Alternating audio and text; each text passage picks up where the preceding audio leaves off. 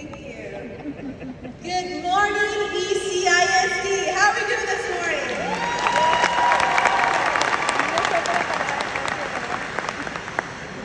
I am so humbled to be in the presence of so many talented and wonderful educators, administrators, my custodians, officers, secretaries, cafeteria employees, librarians, our nurses, parents, just so many people that truly make a difference in the lives of our young boys and girls.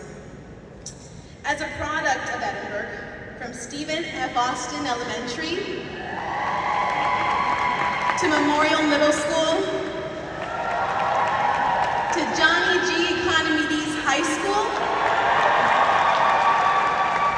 I firsthand know the amazing educators and quality education that Edinburgh provides.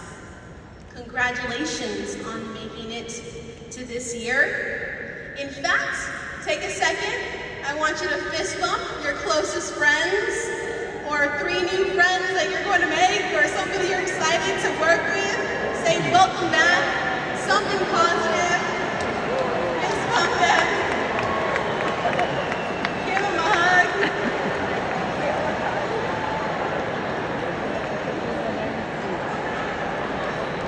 It's good to be back.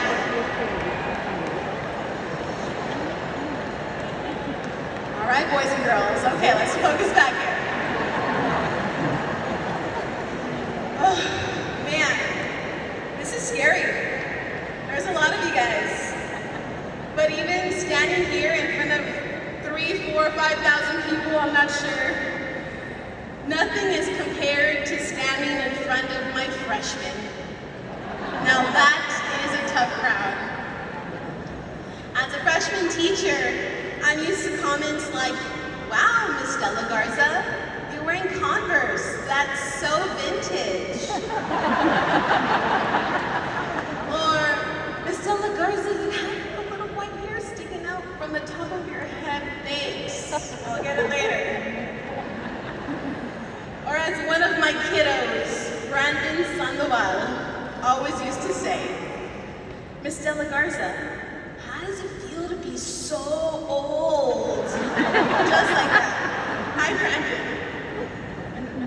Standing in front of 15-year-olds definitely gave me a backbone. But it's okay though, guys, because I realized life is like the Lion King, and the circle of life always has our back.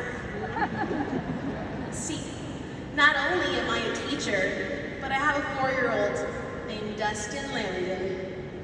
He is truly one of the most curious, honest, and I'm gonna say cunning instead of manipulative children that I've ever met. Well, as life would have it, Brandon graduated this year and became Dustin's swimming coach. Dustin, stop running! Dustin, that's not your group. Poor Brandon. It was glorious for me though. But it got me thinking, what is the circle of life for a student? See, Dustin begins pre-K4 at Canterbury Elementary. We actually just went through registration. We were in the car and I was trying to prepare Dustin the best I could. It was 4. It's like, Dustin, make sure you mind your manners. Say yes, ma'am, and no, ma'am. Okay, mommy. We go into the door and the first person we see is Miss Sweeten, the school secretary. Woo! Any instruction from mom went out the door. Hi, my name is Dustin. I have 2 dogs and 2 cats, and in less than 2 minutes, Miss Sweeten heard his whole life story, down to the pet fish that we had bought 5 months prior that passed away, 5 months prior. And it was just, it was exciting to see that special moment. 2 minutes, okay, but then I looked down the hall and I realized there's 6 different tables at registration. From the parental involvement coordinator to the school bus driver to Nurse B, who mentally had to take care of him for a paper cut that he had gotten 3 days prior, to Miss Krista, the librarian, who read him 3 stories about aliens and UFOs while I did registration. It's true. Well, I started to see the impact that all these individuals were making. It was registration, school hasn't even started yet, and he hasn't even met his teacher. So going back, what is the circle of life for our kids? So I'm going to tell you right now, I'm anything but an auditory learner. I'm more visual, so we're going to get a little creative today. I'm going to ask you to pull out your phones. Don't check your messages. This is not Facebook time or Instagram, but I'm going to ask you to pull out your phones. Okay, so make sure you listen to the instructions. When I call the grade level that you work with, I'm going to ask that you go on your phone and you turn on the flashlight button, just like this. When I call your grade level or that you work with, you'll just turn it on and hold it on until I let you know. Do we got it? Okay. Mr. Moreno, can you get the lights?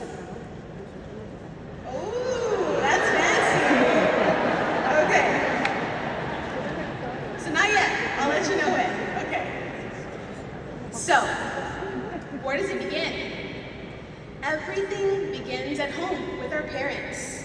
As educators, we know how important it is to have that parental support. So parents of the round table, can you do me a favor and please turn on your lights?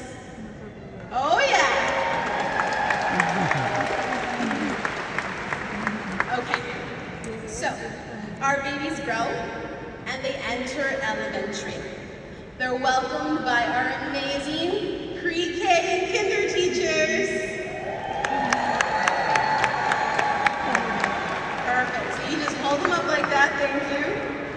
So pre-K and kinder teachers, you begin molding them and shaping them into the kind of students that they're going to be. They learn the building blocks for physical, social, and emotional development. And we begin to see their little personalities. Keep your phones on. First and second grade teachers. The early years. They learn to tie their shoes with you, face their first challenges. They make friends. They grow and begin to develop intellectually. 3rd through 5th grade, 3rd, 4th, and 5th grade, you lay the groundwork for their future. And I'm just basing this off my nephews, but I think the attitude starts to come here. They begin dreaming about their careers, and you teach them how to problem solve and critically think.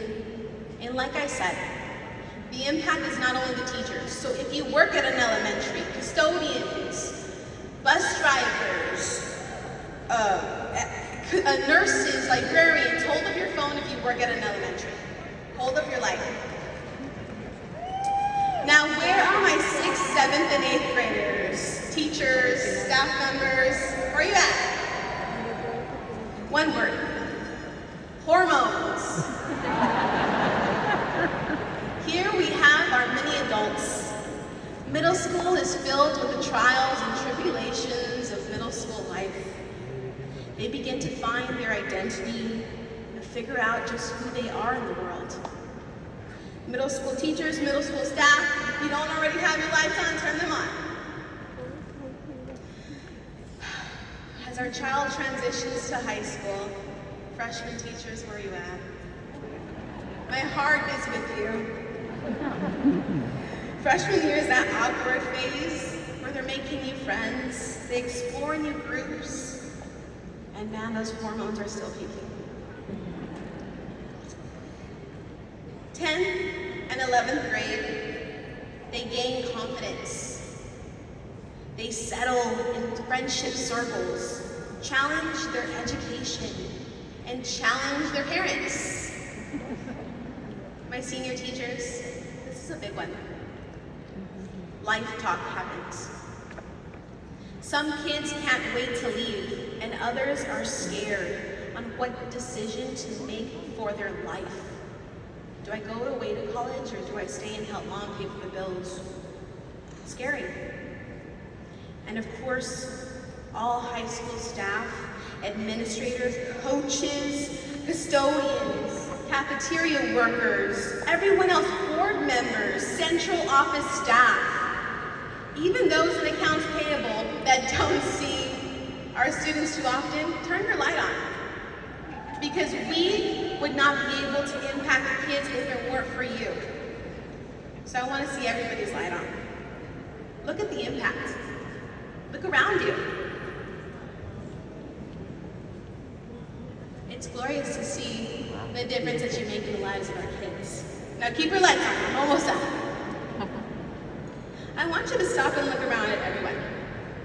Does everyone around you have their light on? Maybe they do, and that's awesome. But maybe they don't. Maybe their battery died on their phone, and I'm so sorry about that. Or maybe they just don't want to. As teachers, we're always expected to have our light on. We are expected to welcome kids with a smile, to motivate, to impact, to drive for results. But sometimes life is tough, and our light flickers, or it even turns off.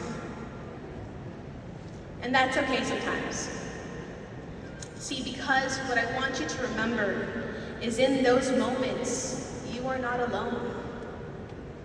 Do you remember those people that you fist bumped at the beginning? Those are your lifelines. In order for us to shine the light on our kids, in order for us to make a positive impact, we need to be okay ourselves. And that's where community comes in. Thank you. You can turn your lights on now.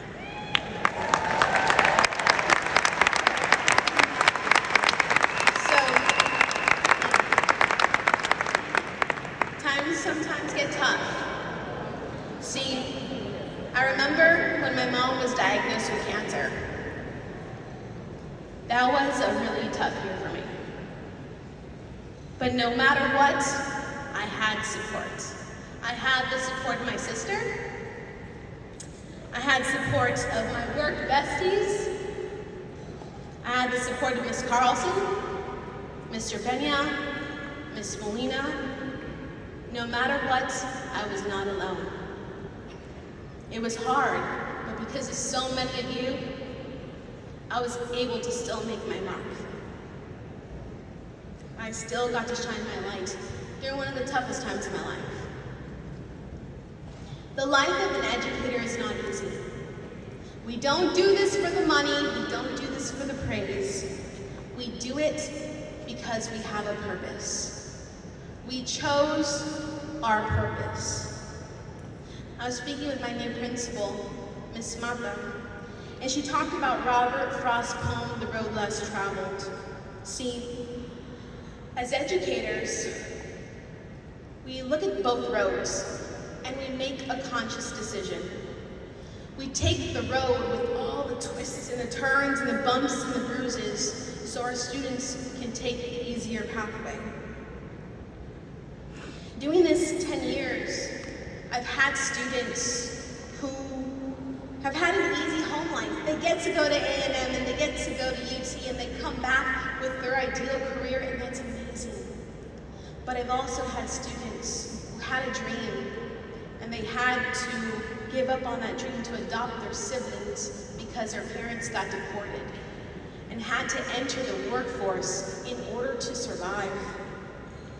As educators, we have our ups and our downs, our trials and our tribulations, our success stories, and stories that make our hearts hurt. But above all, no matter the kid, you beam your light on each child.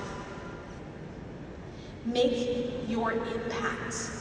And remember that no matter what, you have the opportunity to make a difference.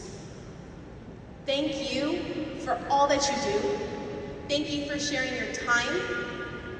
your phone battery life with me. It's such a beautiful sight to see so many people, so many lives with purpose. Remember your why for doing what you do, and best of luck for the new school year. Thank you.